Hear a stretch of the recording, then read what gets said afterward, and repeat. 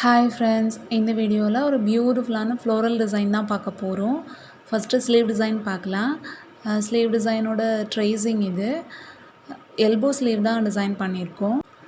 ஸ்லீவோட பார்டர் லைனுக்கு 3 லைன் ஜரி கொடுத்துட்டு அப்புறமா ஒரு லைன் கோல்டு சுகர் பீட் மட்டும் கொடுத்துருக்கேன். அப்புறமா இந்த மாதிரி 2 சைஸில் சர்க்கிள்ஸ் மட்டும் ட்ரா பண்ணியிருக்கேன். ரஃபாக தான் ட்ரா பண்ணியிருக்கேன். நெக்ஸ்ட்டு மேலே வந்து ரேண்டம் லைன்ஸ் கொடுத்துருக்கோம். அவ்வளோதான். இனிமேல் இதை எப்படி டிசைன் பண்ணலாம் அப்படிங்கிறத பார்க்கலாம். ஃபஸ்ட்டு ஒரு ஃப்ளார் பண்ணுறதுக்காக இந்த மாதிரி ஆர்கன்ஸா ரிப்பன் எடுத்திருக்கேன். கோல்டன் எல்லோ கலரில் ரிப்பன் யூஸ் பண்ணுறதுக்கான நார்மல் நீடில் தான் இது. இதோட இயர் போர்ஷன் பார்த்திங்கன்னா கொஞ்சம் பெருசாக இருக்கும். ஸோ ரிப்பன்ஸ் யூஸ் பண்ணுறதுக்கு கரெக்டாக இருக்கும். இந்த மாதிரி ரிப்பன் அந்த நீடிலில் போட்டு லாஸ்ட்டில் எண்டிங்கில் மட்டும் ஒரு நாட் போட்டு எடுத்திருக்கேன். நார்மலாக நாட் போட்டு எடுத்தாச்சு. நெக்ஸ்ட்டு இந்த பெரிய சர்க்கிள் போட்டிருக்கோம்ல, அந்த இடத்துலலாம் இந்த ஆர்கன்ஸா ரிப்பன் வச்சு ஒரு குட்டியாக ஒரு ஃப்ளார் பண்ணணும். இப்போ பார்த்தீங்கன்னா ஈஸி தான், சிம்பிள் தான். நார்மலாக ஒரு லூப்பாக ஃபார்ம் பண்ணி ஒரு ஃப்ளார் பண்ணுற மாதிரி தான் இருக்கும். சைஸ் மட்டும் எல்லா பெட்டல்ஸ்க்கும் சேமாக இருக்கிற மாதிரி பார்த்துக்கோங்க. சென்டர்லேருந்து தான் எப்போவுமே நீடில் குத்தி எடுக்கணும். எடுத்துகிட்டு ஃபுல்லாக ஒரு 5 பெட்டல்ஸ் வச்சா கரெக்டாக இருக்கும்.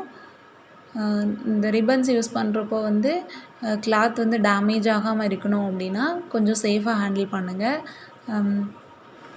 இந்த மாதிரி ரிப்பன் ஃப்ளார் பண்ணும்போது வந்து அந்த ரிப்பனை வந்து நம்ம வெளியில் எடுக்கிறதுக்கு கொஞ்சம் கஷ்டமாக தான் இருக்கும். பட் கொஞ்சம் அட்ஜஸ்ட் பண்ணி எடுத்துட்டோன்னா வந்துடும். சேம் இதே மாதிரி ஒரு 5 பெட்டல்ஸ் வச்சோன்னா சூப்பரான ஒரு ஃப்ளார் ரெடி ஆயிரும். நான் ஃபுல்லாக கம்ப்ளீட் பண்ணிவிட்டு காமிக்கிறேன். நெக்ஸ்ட்டு இந்த ஃப்ளாரோட சென்டர் போர்ஷனில் வைக்கிறதுக்காக இந்த மாதிரி க்யூட்டான ஃப்ளார்ஸ் எடுத்திருக்கேன். ரெடிமேட் ஃப்ளார்ஸ் தான். பார்த்திங்கன்னா இந்த மாதிரி ஸ்டிச் பண்ணுறதுக்கான ஹோல்ஸ் இருக்கும் இதில். ஸோ இதை சென்டரில் நார்மல் நீடில் வச்சு 2 ஸ்டிச்சஸ் போட்டுக்கிட்டோன்னா சேஃபாக இருக்கும். இந்த ஃப்ளார் யூஸ் பண்ணுறதுக்கு பதிலாக சென்டரில் பீட்ஸ் கூட யூஸ் பண்ணால் ரொம்ப அழகாக இருக்கும். ஸோ ட்ரை பண்ணி பாருங்கள் அந்த மாதிரி. நெக்ஸ்ட்டு இதில் பார்த்திங்கன்னா இந்த பெட்டல்ஸ் எல்லாமே ரிப்பன் வந்து ஒரு லூப் மாதிரி தான் ஃபார்ம் பண்ணி எடுத்திருக்கோம். பட் இதில் ஸ்டிச்சஸ் எதுவுமே போடலை. ஸோ நார்மல் நீடில் வச்சு லைட்டாக ஒரு குட்டி குட்டி ஸ்டிச்சஸ் வந்து வெளியில் தெரியாத அளவுக்கு போட்டுக்கிட்டோன்னா சேஃபாக இருக்கும். இந்த ஸ்டிச்சஸ் போடலை அப்படின்னா அந்த லூப் வந்து சம்டைம்ஸ் சுருங்கி போகிறதுக்கு சான்சஸ் இருக்குது. ஸோ இந்த மாதிரி கண்டிப்பாக ஸ்டிச்சஸ் போட்டுக்கோங்க. சேம் இதே மாதிரி பார்டர் லைனில் பெரிய சர்க்கிள் போட்டிருக்க இடத்துல எல்லாமே இந்த ஃப்ளார்ஸ் அரேஞ்ச் பண்ணிவிட்டு காமிக்கிறேன். ரிப்பன் ஃப்ளார்ஸ் எல்லாமே ரெடி பண்ணியாச்சு. ஸ்பேஸ் வந்து ஈவனாக இருக்கிற மாதிரி பார்த்துக்கோங்க. நெக்ஸ்ட்டு இந்த 2 ரிப்பன் ஃப்ளார்ஸ்க்கும் சென்டரில் 2 குட்டி சர்க்கிள்ஸ் ட்ரா பண்ணியிருக்கோம்ல, அதில் வந்து ரிங் நாட் ஃப்ளார்ஸ் போடலான்னு ஐடியா. ஸோ அதுக்காக செல்ஃப் கலர் தான், சீ க்ரீன் கலரில் வந்து சில்க் த்ரெட் எடுத்திருக்கேன்.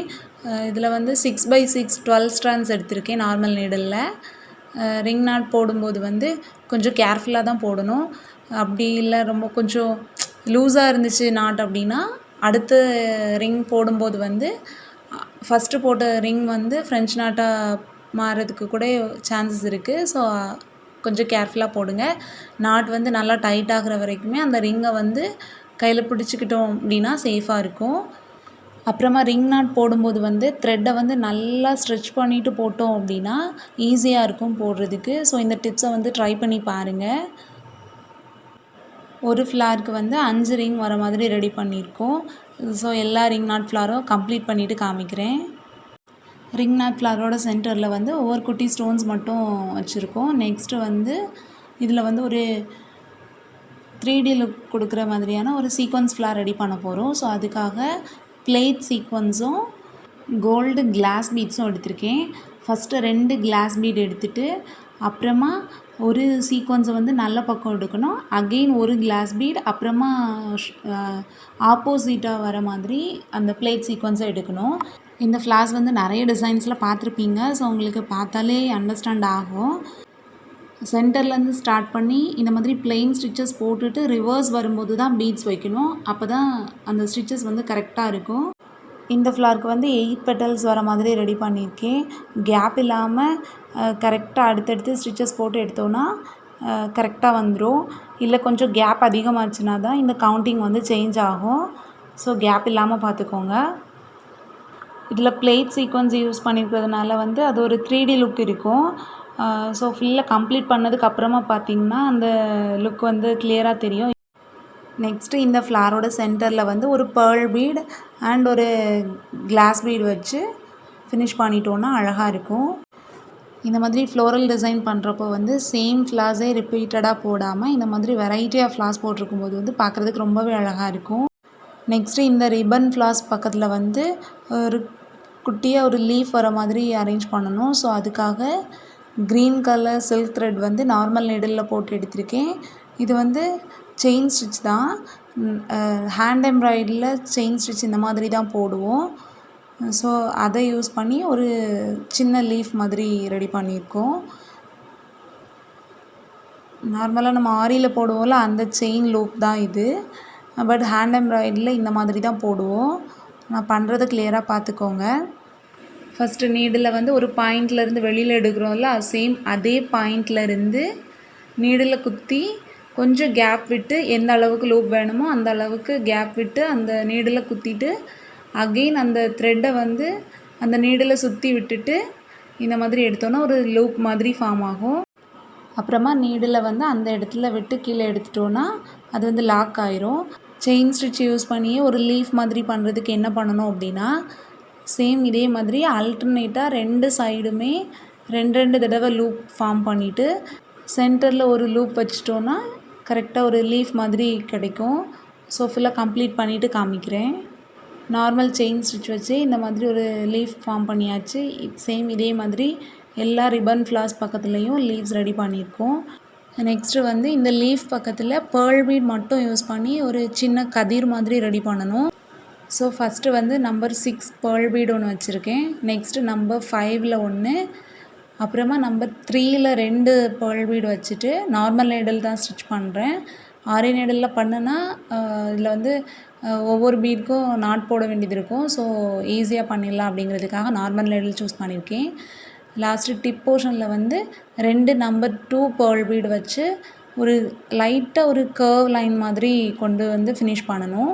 இதை வந்து ஸ்ட்ரைட் லைனாக போட்டால் அவ்வளோ அழகாக இருக்காது. ஸோ லைட்டாக ஒரு சின்ன கர்வ் மாதிரி வச்சு ஃபினிஷ் பண்ணிட்டோன்னா சூப்பராக இருக்கும். ஸோ ட்ரை பண்ணுங்கள். நெக்ஸ்ட்டு இந்த ரிங் நாட் ஃப்ளார் பக்கத்தில் எம்டி ஸ்பேசஸ் இருந்த மாதிரி இருக்குல்ல, ஸோ அதுக்காக இந்த மாதிரி பேர்ல் பீடும் சுகர் பீடும் யூஸ் பண்ணி ஒரு சின்ன டிசைன் மாதிரி பண்ணியிருக்கோம். இந்த ஃப்ளோரல் டிசைனில் வந்து நிறைய கேப் இருந்த மாதிரி இருக்குல்ல, ஸோ இந்த மாதிரி சின்ன சின்ன டாட் ஒர்க்ஸ் பண்ணி ஃபுல்லாகவே கவர் பண்ணிடணும். இந்த மாதிரி பார்டர் லைனில் திக்காக ஒர்க் பண்ணணும் அப்படின்னு நினச்சிங்கன்னா டாட் ஒர்க் பண்ணி ஃபினிஷ் பண்ணால் தான் ரொம்ப அழகாக இருக்கும். இப்போ பார்த்திங்கன்னா தெரியும், அந்த கேப் எல்லாமே ஃபில் பண்ணுறதுக்காக இந்த மாதிரி சின்ன சின்ன டாட் ஒர்க் பண்ணியிருக்கேன்.